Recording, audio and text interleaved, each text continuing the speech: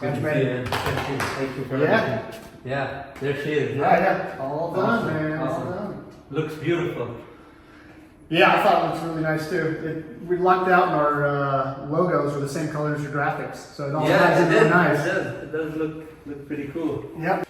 Yeah, so we did full revalve, rebuild and revalve. The suspension had some time on it, of course. It was getting pretty worn out. I think you've been riding it hard, so. I have not, honestly. Like I told you, I'm a beginner. You got it used though, right? Yeah. It had some time on it. It was worn out. But you could tell it's not for my weight, right? Yeah, that is exactly right. Yeah, it was for a bigger guy for sure. Yeah. But yeah, rebuilt everything, did revalve, set up all the performance of it specifically for you and your skill level, and then of course spring rates for your weight. Any like what were the main differences that you noticed from the shocks that I had to what you did right now? I know that of course all the seals and everything has been changed out, and the oil and all that stuff, but in what I call the rebuild aspect of it, we're replacing all the wear items, seals, bushings, things like that, of course. The revalve side of things is going in and changing the compression and the rebound damping to work correct for your type of riding, for your skill level. You know, we can pretty much infinitely tunable. We could make it as soft as you could think of or as stiff as you could think of. where would you say it sits right now?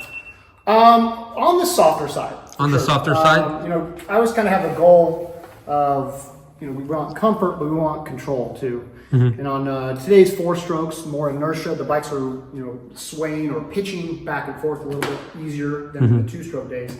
You need a little bit more low-speed damping, some firmness. Yeah. But then, you know, if you hit a rock or a bump or a root or something, you want the wheel to get out of the way, to kind of blow off and get out of the way. So, yeah, we want a firm platform, but something that actually absorbs when it needs to. Yeah. Good bottoming performance, always shooting for that, for big jumps.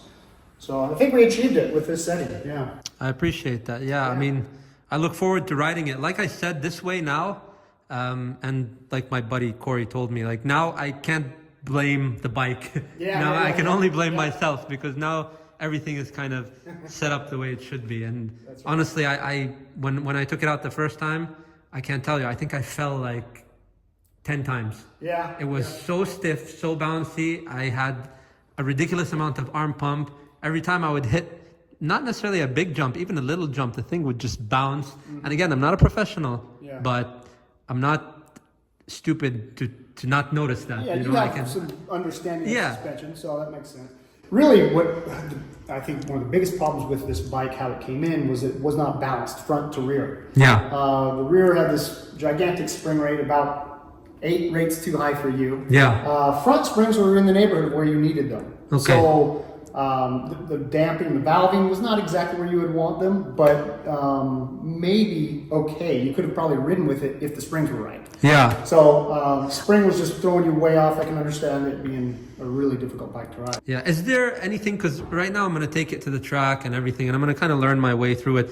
Before I hit big jumps, once I start feeling more comfortable, is there anything I should do with regards to the high speed, low speed compression from what you would recommend? Because you know these shocks perfectly. Yeah, well, that's why the clickers and the adjustments are there. Yeah. You know, so from track A to track B, you may need some different performance. So that's why they're there. And actually, while we're out there, I'd actually like to kind of talk about something that's pretty common, a misunderstanding between the average guy and a suspension tuner. Yes. The adjustments. So you got your low speed compression is the flat blades screw there. Yeah. And then the 17 millimeter bolt is your high speed compression. I think one thing to start with, just before we get into that, would be that how do we count where these, or how do you understand where the adjustments are? So a lot of times you'll say, oh, 6 clicks out, 8 clicks out, 12 clicks out, whatever that is. Well, think of these as basically a needle closing off a hole. You have fluid traveling through the hole. As you close that hole off, the fluid doesn't travel through the hole as easily. So it's slowing the flow of oil. So in the suspension world, we count clicks from 0. Think of a water faucet. You know, you turn it off. That's 0. Yeah. Once you start opening it, fluid, well, water in that case, comes out. The more open you are, the more flow you have. So we start off at 0 clicks, which is full stiff. And then we say 1, 2, 3, 4. I think it actually had you at 12 clicks out on the low speed compression. So this being a hole, or what they would call a bleed in suspension, that's just a free-flowing oil going through that hole. And so we're restricting that oil with this needle or the clicker. That's the low speed stuff, the low speed aspect. And what we're talking about, low speed and high speed, we're not talking about how fast you're going, although that can affect it. Yeah. But what we're talking about basically is the shaft speed. So if your bike's on the ground and I just push on the seat, that would be a slow movement. Mm-hmm. And so think of coming out of a corner or just hammering the throttle. It's going to try to compress the rear. Yeah. That would be an area where the low speed compression, if you go firmer or in with the clicker, it's going to restrict that flow. It's going to resist the sinking of the suspension. Mm-hmm. Now, on the other hand, if you were riding, fast and you hit a square edge bump, mm-hmm. the shaft speed is going to be really obnoxiously fast. So the shock will try to go through the travel really quickly. Now, sometimes if your shock is too soft, it can blow through the travel so quickly that it hits bottom and then it throws you out. Like yeah. Or the opposite can happen, that it can be so stiff. It also bounces you out. So it's kind of funny. Riders will tend to get those two, not necessarily wrong, but you get confused. You don't really know what the wheels are doing underneath you. Yeah. You're paying attention to so much. Yeah, you're trying not to fall the whole time. Exactly. So, when you get kicked, you go, something's wrong. You can let off the gas. And so, as a suspension tuner, sometimes that's half the battle is just the translation. Yeah. Hey, my bike's too stiff. It's bucking me up off in the back. Is it too stiff or is it too soft? Yes. That's part of the challenge in it anyway. But yeah, the high speed it's the blue hex, right? Yeah, that's correct. Yeah. Your rebound adjustment down here. Okay. So talk us through that again. Very effective. I would say of the shock adjustments, I would say it's probably the most effective, or you would feel it the most, the rebound adjustment. Again, it's a similar thing. You're closing off a hole of fluid. But what's interesting about this one is that it's adjusting this little needle that goes up through the shaft and plugging off a hole at the top. So what's happening is in compression, the fluid is traveling through the hole that way. In rebound, the fluid is traveling back up the other direction. Yeah. So this adjustment controls both. It's not just a rebound adjuster. It controls compression and rebound. So, so if you thought about your bike, if you're just kind of bouncy and out of control and springy, that would be one area where you'd click the rebound in a few clicks and it will literally slow it down into compression and rebound.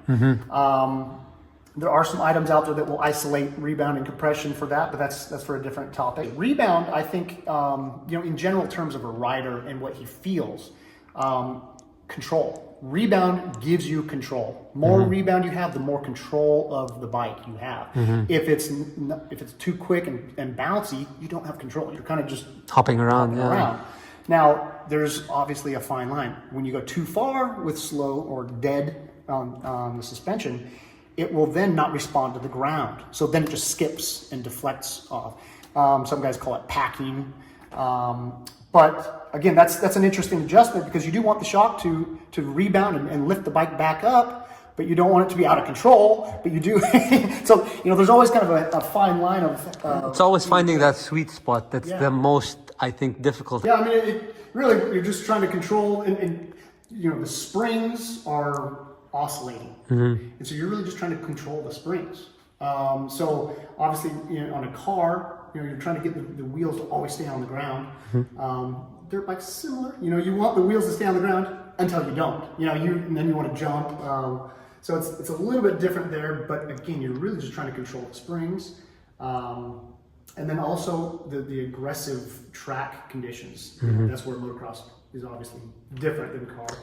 But absorbing the sharp bumps versus the kind of shallow, soft bumps. There's a different way of tuning the adjustment internally, and then externally you have the clickers that'll help also. Expect me to call you for advice after some track days that I go to, because I just want to know if I'm doing the right thing, because it just was really scary all the time. It's just it took away from my focus on trying to get better and just focusing on not falling the whole time. So this should be better.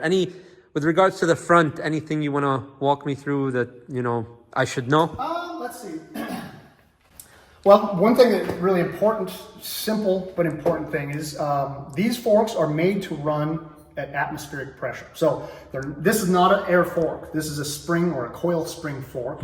And so a really important thing is when you get to the track, you need to bleed off the excess pressure that can be built up inside these. So you have these little flat blade screws on top. Okay. One is your compression adjuster, which is the center. Okay. But then this one on the edge there, that's an air screw. So you crack that one loose, and you may have built up pressure, you may not have, but if it does, it'll just let off. It let off air, not oil. Correct. Okay. It's just the air pressure. So should I do that when I get home with the when bike? you get to the track, because temperature will change this pressure and Okay. elevation will. So if you're doing it at home in the garage, and then you go up to 5,000 feet to your favorite riding spot, and it's 90 degrees versus 30 degrees, you've changed the pressure inside these things a lot. So at that point, get your bike out of the truck, unload it, put it up on the stand. Wheel needs to be extended. You're checking your gas, you're checking your chain. That's a great time. Just crack these little screws loose. On both sides, yeah? Both sides. So if they build up pressure, it surprisingly makes a pretty big difference. It'll give you a harsh feeling in the forks. So bleed them every those off. time. Yeah, every time you get to the track. Okay. That's a simple little thing to do, and it makes a big difference. Are they hard to open? Like, are they torqued? no, Is there a torque spec, or just they're get very them? light. Just get them snug. Yeah, it's a small aluminum screw, and it Okay. has an O-ring to seal, so it doesn't really need to be tight. To seal. Okay. It's I just don't want to strip it. That's why if it has an O-ring, I'm not And, worried. if you go too hard, it'll break the screw. Yeah. So yeah, you definitely don't want to go too crazy with it. Another thing, I forgot I actually got a fork saver for this bike, but I forgot it. Is that gonna? Yeah. Is that gonna make a difference for me to get it home? Because there's gonna be kind of a little bit of load, to get it secure. Yeah, and I don't know if those savers are really saving much of anything. Okay. These bikes are meant to be tied down. They're in the truck to get there. We don't have to tie it down very far. You can tie it down just a couple of inches and it'll be fine. I just worry from the bouncing, because when you hit a bump, it compresses and then it lets loose. Yeah. And if your straps are not, you know what I mean? Yeah. It's happened to me before, and that's why I'm very paranoid about it. Yeah. Again, my friend makes fun of me for that, because I'm the only one, I think, that straps it down with 4 straps. Most of the guys I know, they just do 2. I put 4. It's a vision. I mean, two will do. Yeah, I do 4. I put the pegs as well. Okay. Yeah. Just to be absolutely safe. Yeah, and then I don't know. Actually, I was going to show you. Yeah. If you want to look around here, we got. Let's come through here. I like that old school Yamaha up there. That's. Oh yeah. It's 1976 right there. Beautiful. And, what's interesting is that was the first time I know of that they tried air forks. The guys that lived during that era, raced during that era, they called them the Speedo and Tack fork because it looks like that. But it's just an air chamber. And that didn't last long, I bet. that didn't last long. And they were not liked, and they went away, and then they came back recently. And guess what? They went away again. People don't like them. So. Even though on my quad they are, those colors look badass. Yeah, that this looks insane. Yeah, this is what you call A kit. Dang. But it's super ultra slick. You wanted to talk to me about? It looks. I was gonna say this Kashima coating. Yeah, so that's a Kashima coating, which is interesting. It only it's an anodizing, so it only works on aluminums. But yeah, Kashima is really cool because it's proprietary to a company in Japan, and they're the only ones that can do it. But typically, anodizing, especially hard anodizing, is a very not slippery surface, and that's apparently, again, I'm not a coatings engineer, but that is the real feature of Kashima, is that it's a hard anodizing, but it also has, I believe it's a Teflon type of impregnation that actually makes it slicker than standard, whereas hard anodizing is usually not as slick as standard. So it's a beautiful coating, but it actually works. It's hard, it's protective, and it's also slicker. You gotta love the Japanese. Seriously, they do good stuff, man. Exactly. Just a quick little story. I had heard back in the day, my buddy told me, he said that the Americans were really proud of their machining. So they machined the smallest drill bit they could come up with. They sent it over to Japan to say, look what we did. So Japan sends it back with a hole drilled through the middle. Damn. Some goofy little anecdote. Is that real, or I don't know. is that like a? I don't know. I grew up thinking that was Okay. real, so I don't know. If it's I wouldn't be surprised if it is wouldn't real. either. I wouldn't Like either. it's just insane. Yeah, they do some pretty awesome stuff. But I was going to show you a little bit of the. This is all Showa A kit, so this is ultra exotic stuff. A little bit more exotic than anything else out there.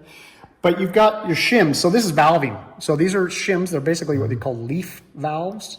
Wow. And you have a stack of these shims, which, a lot of different styles and different makeups and different stacks and different thicknesses. Like I said, suspension is an art. It's really... Yeah. Well, it's like I said earlier, it's infinitely tunable. So this is a compression stack. So as this damping rod moves up through the cartridge here, I'm going to drip a little oil. It's moving up through fluid. You can change this shim stack to alter how stiff it is or how quickly it'll move through the fluid. This little bleed hole and this little bleed hole, those are all connected. So fluid can go through that and out those direction and out those. Yeah. That's what I was talking about with your shock. Same thing. Yeah. When you adjust the rebound, it closes off this needle. And so it's actually, altering the performance in both directions, not only rebound. But then you get your rebound shim stack here. So that's your mid-speed piston, what they call it. Yeah, but otherwise, we've got a spring rate dyno over here and then a damper dyno. That'll help us verify that the stiffness of the suspension is correct. And then also it's good for R&D purposes. I thought those were like computer databases or something. Like well, they look like databases. like a chip. This is actually a what they call a crank dyno or a Scotch yoke dyno. So it is a crank right there. Yeah. Wow. And this one is just for the spring, right? Yep, only springs. But there's so many different areas that have springs and so much technology around springs too, to be honest. Yeah. And you could work your whole lifetime and not figure out all the intricacies of springs. Well, I want to thank you for showing me around and everything. And it looks, I like shops like this, like a clean shop. I love clean workspaces. Yeah, me too. And this is dirty, perfect. So, And this is your bike, right? Yeah, this one was given to me by my dad. It's a limited edition. There was 300 of these made. This is number 55. Oh wow, it's numbered, yeah? Yeah, this is called a Husky Knox. Husky Knox. Actually a 2002 model. Wow. So pretty advanced for that time period. It was actually Oh, this is real carbon. This isn't like and it came with everything in duplicates. So it was meant to be a racer. It came with full slits or rain tires, came with plastic or carbon, a titanium exhaust, steel exhaust. I don't know why exactly they came with all that stuff, but it's pretty trick. very big front brakes for a. I mean, is this like a Supermoto setup, kind of? Yeah. So it was a purpose-built Supermoto racer. A guy could buy this and pretty much be ready to race. Yeah, those brakes are massive. Yeah, they're awesome out there. Compared to a dirt bike front brake, like they're tiny. Look at this. It's like a street, like a street bike. Yeah. Wow. Yeah, so that's a kind of a trick. It's actually been started once since 2002, and that's all. Nah, drive it around. I mean, it's meant to be driven, right? No, it is. It's not supposed to sit too long, so. Yeah, you're right. It's pretty cool. Yeah. For the people that don't know Art of War and anything, just quick background from how you started. I know some of the cool people, like you've worked with a lot of the legends, let's say. A lot of them. I mean, I guess lucky to be born in a situation where I had a lot of motorcycle experience and in the family and grandpa and dad and everybody. And so I had a lot of history understanding and raced as a youngster. And then got some really good jobs in California and ended up working for Yamaha for a certain period of time, and then worked at Showa, and they took me over to Japan to get me some training over there. Wow, and that must have been a cool experience in Japan. Yeah, it was really, really amazing. That's where they built that stuff, everything we have. Everything that you see in suspension, they built a machine to build the product, and just like unbelievable. So and I was dedicated to the Honda team, the Honda Supercross and Motocross team. So McGrath and Travis Preston and a lot of guys for a few years there, and then JGR started a team here in North Carolina, and I was lucky enough to be called from them, and they said, "Hey, do you want a new job?" And I was so sick of traffic in California. I was so done with it. I'm a Wyoming boy, so going to California was it was really cool in the beginning, but then the traffic was so terrible at the end. So you're not the first person. I think it's getting worse. Yeah, I bet. People more and more. But yeah, so I got the call to come out here, work for Joe Gibbs Racing, which I didn't know who that was in the beginning. And when I got here, I was like, whoa, this is unbelievable. You know, I don't know if you've been able to tour their shop or not. I have not, but I actually had one of their bikes a long time ago. okay. I had an Yeah. RMZ 450. That was an I believe it was an Chad Reed Nice. bike. Awesome. Yeah. And it was really, really cool. I didn't know what the heck I was doing with it. So I needed a 250. It was too, I felt like I couldn't learn properly on that bike. 450s are pretty, they can handle you. Yeah, that's exactly what happened. The bike was driving me. I wasn't driving the bike. The bike was taking me where it wanted to go. Yeah. Yeah, so JGR, I was there from day one till I actually started this a year before they shut the team down. But yeah, we had a lot of riders. I mean, Chad Reed, James Stewart, Josh Grant, Justin Brayton, Davey Millsap. I mean, just goes on. Yeah. I think that we had 30 different big name riders. So yeah, some of them were not very easy to work with, but tell you what, I learned a lot during that time. Yeah. And we built a lot of sets of suspension through those years. You learned patience, probably. Yeah, there you go. That's probably what you learned. Well, you know what you learn is that it can always be better. And that's kind of one of the things in suspension. And you can't really ever be totally sure that it's right. You know, you have to test the waters with suspension. Yeah, like you think you might have the best setup, but then let's try a few clicks from here, and then you're like, you know what, that's a little bit worse. Do a few different setup here. It is a lot of guessing. Yeah, you know? You haven't understood. It's trial and error. But it really is. Yeah. You know. Well, man, like I said, I'm very thankful for showing me around. And actually, I'm thankful to Corey for introducing me to Art of War. Because honestly, before bringing my bike to you, I was like, I don't deserve this. Yeah. Really. Like, I was like, I don't deserve to have an amazing suspension on that bike when I'm just, you know, a beginner, like I said. But he's the one who told me, he's like, no, even if you are a beginner, you need to have good suspension so you can grow and you can learn properly. Otherwise, you're going to learn on a, shitty bike. Well, and it's going to restrict your learning. Exactly. So, yeah. And I'm going to learn the wrong way. If I do, I'll learn how to change my riding, I'll adapt the riding style to a completely crap bike. So I'm glad I did this. I mean, obviously I'm biased here, but I think it's a very affordable area of huge improvement. Yeah. You know, I mean, how many guys are putting an exhaust system on their bike? Every one of them. Yeah. You know, and so what's that, $1,500 these days? Half that price will get you a suspension revalve. You can get your, I mean, it's give or take, you know. Yeah, depending on what you choose. Yeah. Some different things. You can make it more expensive for sure if you do some Kashima coating and some of that stuff. It'll get more expensive, but to do the bare minimum, you know, just revalve, we're talking $750. I mean, set of graphics these days is $200 or $300, isn't it? So, something like that. So yeah, I think, but like you said though, I think a lot of guys are feeling like, oh, you know, I'm not a pro, I don't need it. No, you do need it. Exactly. That's the message. That's the main message that I'm doing this video, because like I said, I'm not a pro. I'm not someone who's, you know, gonna be, but that's exactly, you are the type of person who will need a suspension adjustment, because you need to have a good running bike so you can learn and get better. But no, awesome. Thank you so much. Yeah. Thank you, Johnny. I appreciate it, man. Thank you. And I'll be seeing you soon for sure. Yeah, we'll definitely want to hear what you have to say about it. I think you're Can't going to be wait. all smiles, but I can't wait. I like to hear good and bad results. You know, sometimes we don't hit it on the head. Typically we do though. So. No, I'm sure you do. And if anything, I'm sure if it's not set up to where I like it, I'm sure it's only a couple of clicks away from where I would like it to be. That's where I say get a hold of us, because we can kind of direct you on the correct adjustments. That's what I'm going to do. Definitely. Cool. Thank you, buddy. Thank you. All right, man. Thank you.